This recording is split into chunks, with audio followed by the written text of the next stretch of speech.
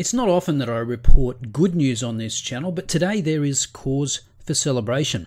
Now, I have a strong appreciation of markets. They have a way of cutting through and clarifying.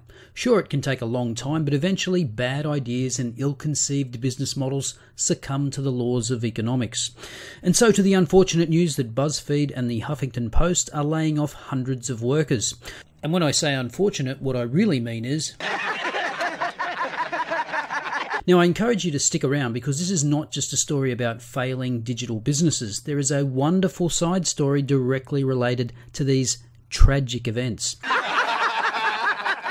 So this week in the US, the media industry lost about 1,000 jobs nationwide. Verizon announced a 7% cut to its workforce, which includes the Huffington Post, Yahoo and AOL. Some journalists at the Gannett lost jobs, as did a sizable chunk of BuzzFeed's woke force.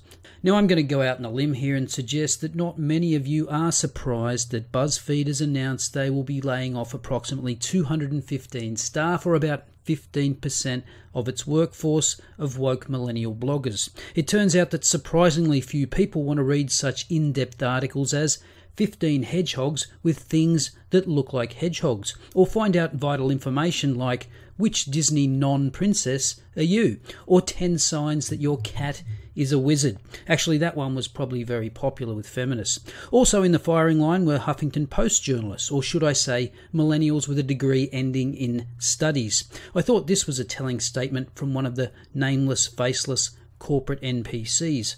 The site is investing its talents and resources to areas that have high audience engagement, differentiation, and a pause for growth at a time when our mission means more than ever.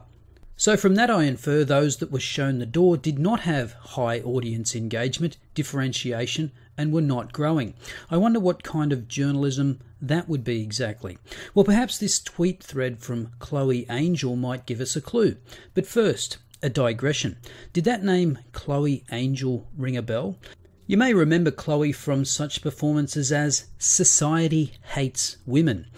It is hard to read an article like this and avoid the conclusion that we live in a culture that hates women. Just hates us. Now, at the time, Chloe was a senior columnist at that Jessica Valenti-inspired rag Feministing.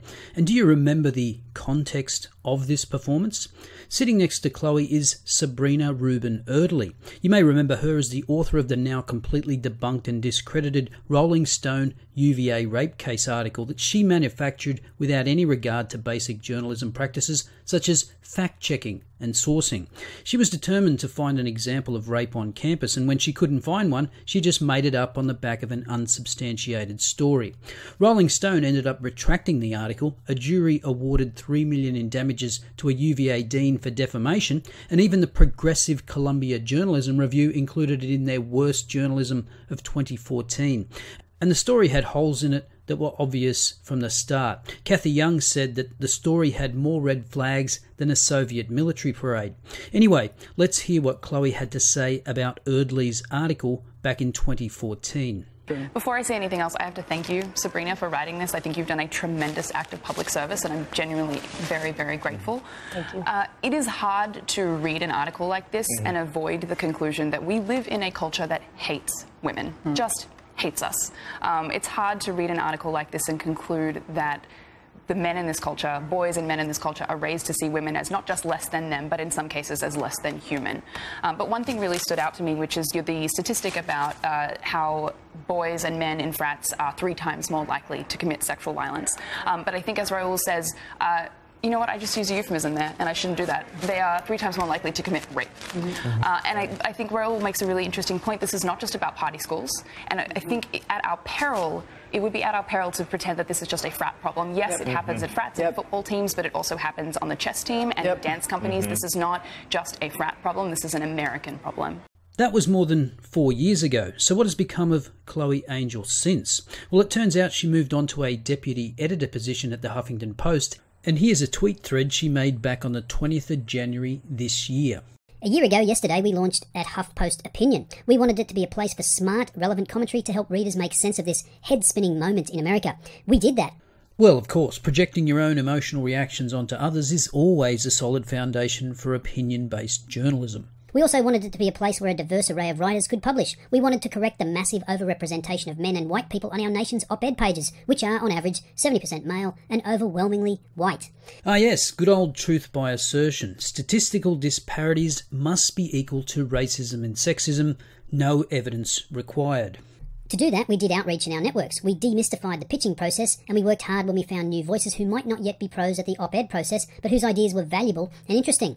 Translation. We did away with that antiquated idea of merit. And we got serious and rigorous about tracking who was writing for us. We collected the data every week, and were guided by it every month. I would have thought that keeping track of who was writing for you would have been a basic job requirement for a deputy editor. For this, we were accused of reverse racism and employment discrimination by the folks at the Daily Caller, who obviously care very deeply about diversity, as long as no one ever does anything to achieve it. Ah yes, hiding behind the dog whistle of diversity to justify discrimination. How original. I'm so proud of what we did this year. We ran a package on voting rights, another about men and body image, and a series of pieces about sexual abuse in gymnastics that made me feel sure in my bones that I was the right person in the right job at the right time. Well, I agree, you do sound like the right person for this job, an ideologue with a PhD in romantic comedies whose doctoral thesis was about how the genre depicts gender, sex and power. Our authors were 60% white and just under 40% men. We published lots of first-time authors, some big-deal writers, and 0 anonymous White House staffers. I'm so excited for year 2. Translation. I'm proud of my overt racism and sexism. If you want to be part of it, please pitch to me. I will pay you to write op-eds. Well, actually, she won't be doing that, because just 5 days later, Chloe tweeted this out. For those who are wondering, at HuffPost Opinion, the entire section is being eliminated. The beautiful, diverse, inclusive baby we built from scratch is gone. See, I told you to stick around. It's beautiful, isn't it? Like so many talented and lovely journalists, I was laid off today. Give yourself a rap, why don't you? If you're in the market for an opinion editor with a huge and diverse Rolodex, or a columnist with 10 years of writing about gender politics, oh, yes, please. and a literal PhD in romantic comedies under her belt, talk to me. Well, I wouldn't be waiting by the phone if I were you. So obviously practicing discrimination to engineer faux diversity doesn't result in, how did they put it? High audience engagement. Well, who would have thunk it? Now, lest you think I only take pleasure in the misfortune of others, let me leave you with a more positive message. Far from a burst bubble in digital content, perhaps what the HuffPost and Buzzfeed layoffs represent is a bursting of clickbait and social justice activist journalism. As Jonathan Kay of rapidly growing and successful digital media company Quillette said, yes, journalism is contracting, but it's not in decline. Industries in decline don't germinate green shoots like Quillette. Journalism's problem isn't a lack of demand. The problem is the low quality of most of the supply. Food for thought for Chloe Angel & Co. perhaps, although maybe that's expecting a little too much. As usual, let me know your thoughts in the comments below.